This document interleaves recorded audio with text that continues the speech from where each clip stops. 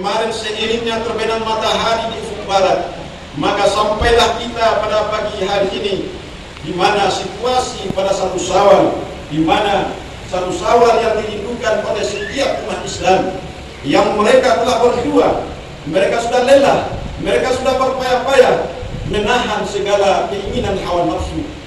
Mereka berjuang, beribadah dan berubudiyah kepada Allah demi mentaati perintah Allah Subhanahu wa taala. Allahu akbar, Allahu akbar, walillahil hamd. Pada hari ini setiap umat Islam seluruh dunia, mereka berusaha, bergembira, bersukaria, walaupun kadang-kala orang yang hari raya pada hari ini tidak berhasil daripada puasanya. Allahu akbar, Allah yang maha besar, Allah yang maha agung, Allah yang maha tinggi. Allahu akbar, Allah yang maha benar. Pada pagi hari ini kaum muslimin sekalian jamaah rahimakumullah, kita berhari raya, memakai pakaian baru, baju baru, celana baru, tilakung baru, dan semuanya serba baru, dan dibarengi dengan wangi-wangian yang baru. Kaum muslimin rahimakumullah, kita pada hari ini bergembira dan bersukaria. Apakah setiap orang Islam yang mampu melaksanakan beraidil fitri? Aidil fitri maknanya adalah kembali kepada fitrah, kembali kepada kesucian, kembali kepada fitrah Allah allati fataran nasa 'alaiha. Orang-orang yang tidak kenal tarawih, orang-orang yang tidak kenal dengan sholat, orang-orang yang tidak kenal dengan baca Quran, orang-orang yang tidak kenal ampunan Allah Subhanahu wa taala, apakah selayaknya mereka merayakan Aidil Fitri pada pagi hari ini? Hanyalah orang-orang yang berhak merayakan Aidil Fitri. Sudah 1 bulan perjuangan yang sangat sengit di antara kita, perjuangan melawan hawa nafsu, perjuangan yang sangat berat, perjuangan yang sangat menggetirkan, sebagaimana Rasulullah SAW pernah menyampaikan kepada kita, raja'na min jihadil asghar ila jihadil akbar. Kita telah kembali dari perang kecil menuju perang besar. Qila ya Rasulullah, wa man jihadul akbar? Apa itu jihad yang besar ya Rasulullah? Jihadun nafsi, jihad melawan hawa nafsu. Kita berjuang, berusaha mempertahankan iman dan akidah kita, mempertahankan karakter kita sebagai manusia yang sempurna. Maka kita pada hari ini betul-betul bergembira, bersukaria, walaupun kadang-kala kita bercucuran air mata. Kenapa kita mampu mencucurkan air mata? Karena pada pagi hari ini kita sudah ditinggalkan oleh bulan yang agung, bulan yang suci, bulan yang membawa keampunan, bulan membawa rahmat Allah, bulan yang menjadikan kita itqum minan nar, terbebas dari api neraka. Namun sayang beribu kali sayang, apakah setiap kita mampu meraih ketiga itu? Mendapatkan rahmat, mendapatkan keampunan, dan mendapatkan terbebas dari api nerakanya Allah Subhanahu wa taala. Allahu akbar, Allah maha besar. Allahu akbar, Allah maha agung. Allahu akbar, Allah maha benar. Di pagi hari ini kita agungkan Allah Subhanahu wa taala. Kita besarkan Allah Subhanahu wa taala. Kita yakini kebenaran Allah Subhanahu wa taala, sehingga kita pada pagi hari ini sudah menjadi manusia-manusia yang kembali fitri. Aidul Fitri maknanya adalah kembali kepada fitrah. Kenapa kita dikatakan kembali kepada fitrah? Karena dulu Allah Subhanahu wa taala menciptakan kita, melahirkan kita dari seorang ibu yang sangat mulia. Ibu yang sangat mulia melahirkan kita dalam keadaan suci. Sebagaimana sabda Rasulullah SAW, kullu mauludin yuladu 'alal fitrah. Setiap anak yang baru dilahirkan dalam keadaan fitrah, keadaan suci, ketaatan, kepatuhan kepada Allah Subhanahu wa taala. Di mana seorang anak yang masih di dalam arwah, maka dia pernah berkata, Allah pun bertanya kepadanya, alastu bi rabbikum? Qalu bala syahidna. Wahai sang manusia, apakah aku bukankah Tuhanmu? Kata Allah. Lalu anak itu menjawab, yang masih di alam arwah, qalu bala syahidna. Benar ya Allah, kami menyaksikan ya Allah. Karena perjanjian ini yang sangat berat, akhirnya seorang bayi ditakdirkan oleh Allah lahir ke atas dunia dalam keadaan menangis. Karena begitu beratnya perjanjian manusia dengan Allah. Setiap manusia yang lahir pasti mengucapkan perjanjian kepada Allah. Apakah dia pada hari ini orang Islam, orang kafir, orang Kristen, orang Hindu dan Buddha, setiap makhluk Allah yang namanya manusia, dia berjanji kepada Allah. Ketika dia lahir menangis karena dikhawatirkan jangan-jangan nanti amanah perjanjian dengan Allah tidak sanggup dia lakukan di saat hidup di dunia ini. Allahu Akbar, Allahu Akbar, Allahu Akbar. Buktinya pada hari ini ada orang-orang yang menepati janjinya dengan Allah. Mereka beriman, mereka yakin kepada Allah, mereka beribadah kepada Allah. Tetapi sayang beribu kali sayang, ada manusia yang tidak mengakui janjinya, yang tidak mengamalkan janjinya, sehingga mereka syirik, ingkar kepada Allah Subhanahu wa Ta'ala. Mereka berbuat maksiat, mereka berbuat fasik dan munafik, mereka kafir dengan Allah Subhanahu wa Ta'ala.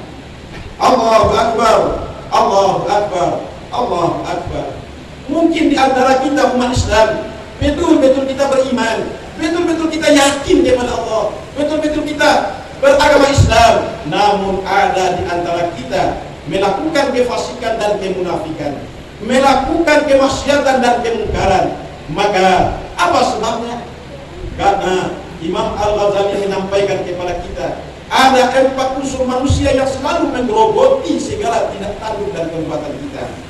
Imam Al-Ghazali menyampaikan yang pertama unsur manusia adalah bahimiyah, ada sifat kebinatangan. Apa itu sifat kebinatangan?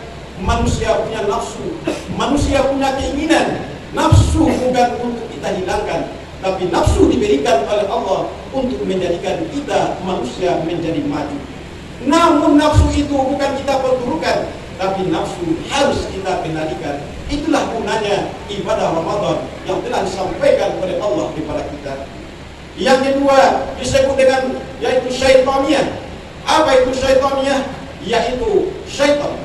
Syaitan bukanlah makhluk, tetapi syaitan itu adalah sifat karakter dari manusia dan jin. Sebagaimana firman Allah Subhanahu wa Ta'ala dalam surah Al-An'am ayat 112.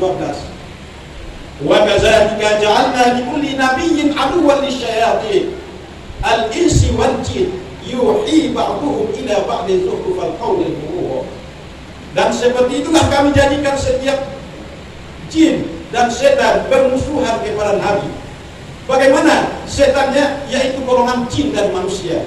Bagaimana jin dan manusianya? Mereka yang berbuat salah, mereka yang mengajak orang lain untuk berbuat salah, mereka yang mengajak orang lain untuk bermaksiat kepada Allah. Inilah setan. Ternyata kita umat Islam, ternyata kita sebagai manusia ada yang berfungsi sebagai setan. Setan yang gentayangan di atas permukaan bumi. Kapan? Ketika manusia merongrong orang lain, mengajak orang lain, membisikkan kepada orang lain untuk berbuat salah, berbuat maksiat, berbuat kemungkaran. Seorang ibu di saat bulan puasa dalam kesulitan, dalam masalah biaya, uang yang kurang untuk biaya Ramadan maupun biaya hari raya. Ketika itu dia bisikkan kepada abangnya, kepada suaminya, wahai bang, begitu susahnya kita mendapatkan uang pada hari ini. Segala yang dibeli naik, semuanya naik, barang-barang naik, baju naik, celana baik naik, kemudian bahan pokok pun naik. Apa daya kita, wahai bang? Lalu abangnya menjawab, wahai adinda, segitulah kemampuan abang untuk menghasilkan uang pada hari ini. Lalu sang istrinya berkata, wahai bang, abang kan menjadi pegawai keuangan, abang kan menjadi orang yang nomor 1 atau orang yang berpengaruh di sana di kantor abang. Alangkah baiknya palsukan saja tanda tangannya sang pimpinan itu, wahai abang. Maka abangnya pun melakukan. Tak lama kemudian sang abang ditangkap oleh polisi, masuk penjara di saat hari raya. Maka istri yang mengajak sang suaminya melakukan maksiat dan kemungkaran berarti adalah istri-istri setan. Suami yang melakukan kemaksiatan dan kemungkaran, korupsi, manipulasi serta yang lainnya, maka itu adalah suami setan. Maka kemungkinan setan itu pasti ada pada diri kita. Seorang ibu yang duduk di depan rumah, lalu ada orang yang lewat, lalu dia ajaklah orang yang lewat tadi untuk berbuat maksiat, bergunjing, memfitnah dan mengadu domba. Maka sang ibu yang duduk di depan rumah itu, dia adalah ibu setan. Seorang anak yang melawan pada orang tuanya, anak yang tidak mau patuh ibadah kepada Allah, dia selalu berbuat maksiat, minum minuman, berjudi, maka itu adalah anak-anak setan. Apakah ini ada pada diri kita? Kemudian yang ketiga, Imam Al-Ghazali menyampaikan pada diri kita ada yang disebut dengan subuhiyah. Apa itu subuhiyah? Adanya sifat kemarahan, sifat emosi. Setiap kita pasti ada punya emosi, dan kita emosi itu perlu bagi kita. Tetapi emosi harus kita kendalikan. Inilah sebagai tanda orang yang bertakwa. Orang yang bertakwa adalah orang yang mengendalikan emosinya. Allahu Akbar, Allahu Akbar, Allahu Akbar, walillahil hamd. Kemudian yang keempat adalah Imam Al-Ghazali menyampaikan pada diri manusia ada sifat rabbaniyah, sifat ketuhanan. Apa sifat ketuhanan yang ada pada manusia? Di antaranya adalah al-mutakabbir, sifat angkuh dan sombong. Karena kekayaan, karena ketampanan, karena kedudukan, lantas menjadikan manusia itu bersikap sombong. Ini tak layak bagi kita sebagai makhluk yang lemah, sebagai makhluk yang miskin. Dikatakan Allah, wa nahnu awliya wa antum fuqara, wallahu ghaniyyun wa antum fuqara. Allah itu maha kaya, kamu adalah miskin. Di manakah kemiskinan kita dibandingkan Allah? Semua apa yang kita miliki, dari nyawa, dari ketampanan, dari kesehatan, dari kekuatan, semuanya adalah pinjaman dari Allah Subhanahu wa Ta'ala. Semuanya adalah milik Allah. Inna lillahi wa inna ilaihi raji'un. Kita adalah milik Allah dan kita kembali kepada Allah. Apa yang mau kita sombongkan, apa yang mau kita angkuhkan, sementara apa yang diberikan oleh Allah pasti dan pasti pada satu saat akan diambil, akan dicabut dari hadapan kita. Bahkan nyawa sekalipun akan diambil oleh Allah Subhanahu wa Ta'ala. Tempat inilah yang menggerogoti kita, dan semua hal itu orang-orang yang berakal, orang-orang yang cerdas, mereka sudah mampu mengendalikannya, sehingga pada pagi hari ini mereka bergembira, bersukaria, beraidil fitri.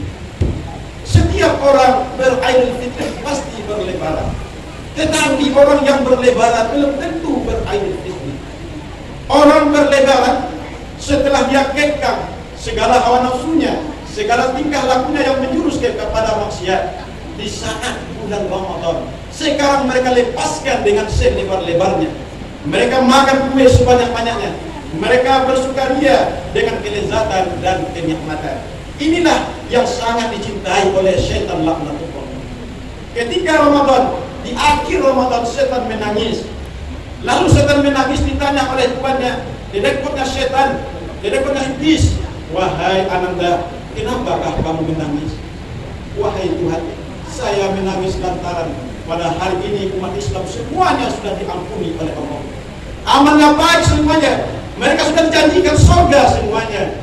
Tak ada lagi teman yang setia yang akan menemani kita nanti di neraka. Lalu bagaimana? Pada hari ini berusaha kita kembali mengganggu, merayu manusia itu sendiri. Lalu sang pimpinan setan, sang pimpinan iblis mengatakan kepada dakwannya, zayyinu bil lazati wasyahwat. Hiasi mereka di saat hari raya, di saat lebaran dengan kelezatan dan syahwat. Sehingga kadang-kala kita saksikan pada hari ini, di saat Ramadan umat Islam berbondong-bondong datang ke rumah Allah, melaksanakan ibadah, tarawih dan mikir, doa, zikir dan takbir. Tetapi sayang, kita sayangi dan sangat kita sedihkan di saat satu Syawal pun sekalipun tidak ada lagi yang datang ke rumah Allah. Ibu-ibu sibuk dengan kenikmatan kue dan kelezatan. Bapak-bapak sibuk pergi raut, sibuk dengan pakaian yang baru, segala baru, sehingga lupa lagi dengan janjinya dengan Allah. Dulu sebelum Ramadan kita berjanji kepada Allah, meminta kepada Allah, ya Allah, sampaikanlah saya kepada Ramadan. agar aku mampu beribadah berubudiyah kepada Engkau dengan sepenuh hati. Ternyata sibuk kan saya. Sekarang Ramadan sudah pergi, sekarang Ramadan sudah meninggalkan kita. Entah pada tahun yang akan datang kita dapat dan mendapatkan Ramadan itu lagi. Kaum muslimin rahimakumullah, Allahu Akbar, Allahu Akbar. Ramadan pasti akan datang, tetapi yang sangat kita sayangkan adalah apakah pada tahun yang akan datang kita juga akan mendapatkan Ramadan yang penuh berkah dan keampunan itu. Perlu kita sadari dan pahami, masing-masing kita sudah ditakdirkan oleh Allah Subhanahu wa taala untuk hidup di dunia ini. Mungkin saja pada Ramadan yang akan datang kita tidak mendapatkannya. Mungkin saja Ramadan yang akan datang kita tidak berkumpul lagi di rumah Allah ini. Mungkin Allah sudah berkata lain. Allah takdirkan kita setelah ini mungkin wafat, meninggalkan dunia. Karena wasami'na farji'na na'mal salihah inna muqinun. Ya Allah, kami sudah lihat azab Engkau ya. Kami sudah dengarkan getirnya azab Engkau ya Allah. Sudah kami rasakan pedihnya azab Engkau ya Allah. Lalu kembalikanlah kami ke atas dunia. Na'mal salihah, kami pasti akan beramal saleh. Allahu Akbar, Allahu Akbar, walillahi hamd. Penyesalan yang tiada arti dan makna, hanya sekedar ungkapan-ungkapan saja. Bagaimana kita melantunkan permintaan kepada Allah, namun Allah pasti dan pasti tidak akan memperkenankan permintaan kita. Kita ingin ke atas dunia, di dunia mana kita akan kembali? Semuanya manusia dari dunia pasti ke akhirat. Dunia hanya sementara, akhirat selama-lamanya. Dunia adalah tempat beramal, akhirat adalah tempat pembalasan. Allahu Akbar, Allahu Akbar, Allahu Akbar, Allahu Akbar, walillahi hamd. Maka janganlah kita nanti sampai di alam sana menyesal dengan beribu bahasa. Jangan nanti kita di dalam kubur, di padang mahsyar, di akhirat terjadi penyesalan yang bersangatan. Ternyata mudah-mudahan kita di dunia ini menyadari. Maka kita selagi di atas dunia, selagi kita diberikan oleh Allah kesempatan, mari kita menyadari, merubah diri bagaimana kita menjadi makhluk Allah yang terbaik di antara manusia yang baik, makhluk Allah yang baik di antara makhluk-makhluk yang lainnya. Allahu Akbar, Allahu Akbar, Allahu Akbar. Alhamdulillah pada hari ini kita dapat beraidul fitri. Kita layangkan dengan sepanang layang dengan saudara-saudara kita yang telah mendahului kita. Mungkin dulu bersama kita, pada hari ini tidak lagi bersama kita. Hanya tinggal kenangan, senyuman yang manis, galak, canda dan tawa yang kita ingat kembali. Tetapi kita sadari, mereka sudah berada di alam sana. Kita yang punya orang tua dulu, mereka pada hari ini sudah berada di alam sana. Dulu orang tua bersusah payah membesarkan kita, memberi rezeki kepada kita, memberikan pendidikan kepada kita. Mereka pada hari ini sudah berada di alam sana. Mereka mengharapkan secercah doa dan setelah mati kita. Mari kita bersihkan diri kita, mari kita bersihkan dan sucikan mental kita, perbuatan kita. Karena orang yang beruntung adalah qad aflaha man tazakka wa dzakara isma rabbih fasalla. Sungguh beruntunglah orang yang mensucikan diri, lalu dia salat dan zikir kepada Tuhannya. Inilah orang-orang yang beruntung dunia dan akhirat. Allahumma shalli ala Muhammad wa ala Muhammad. Inna Allaha wa malaikatahu yusholluna 'alan nabi. Ya ayyuhallazina amanu shallu 'alaihi wa sallimu taslima. Allahumma shalli ala Muhammad wa ala Muhammad. Kama shallaita ala Ibrahim wa ala Ibrahim. Wa barik ala Muhammad wa ala Muhammad. Kama barakta ala Ibrahim wa ala Ibrahim fil 'alamin innaka Hamidum Majid. Allahumma ighfir lil muslimina wal muslimat wal mu'minina wal mu'minat al-ahya'i minhum wal amwat. Innaka sami'un qaribun mujibud da'wat amin ya qadil hajat. Ya Allah, pada pagi hari ini kami menegakkan tangan. Tak layak rasanya kami meminta dan memohon keampunan dari Engkau ya Allah. Kami bergelimang dosa, kami bergelimang maksiat dan kemungkaran. Kami lalai dengan perintah-Mu ya Allah. Kami lalai dengan tuntunan-Mu ya Allah. Maka dengan kerendahan hati kami ya Allah, ampunilah dosa kami ya Allah. Ampunilah kemaksiatan kami ya Allah. Dan masukkanlah kami ke dalam surga-Mu ya Allah. Ya Allah ya Rahman, Ya Allah ya Rahim, Ya Allah ya Malik. Bimbinglah kami ya Allah hidup di dunia ini supaya kami di akhir-akhir ajal kami mampu mengucapkan kalimat thayyibah. Qala la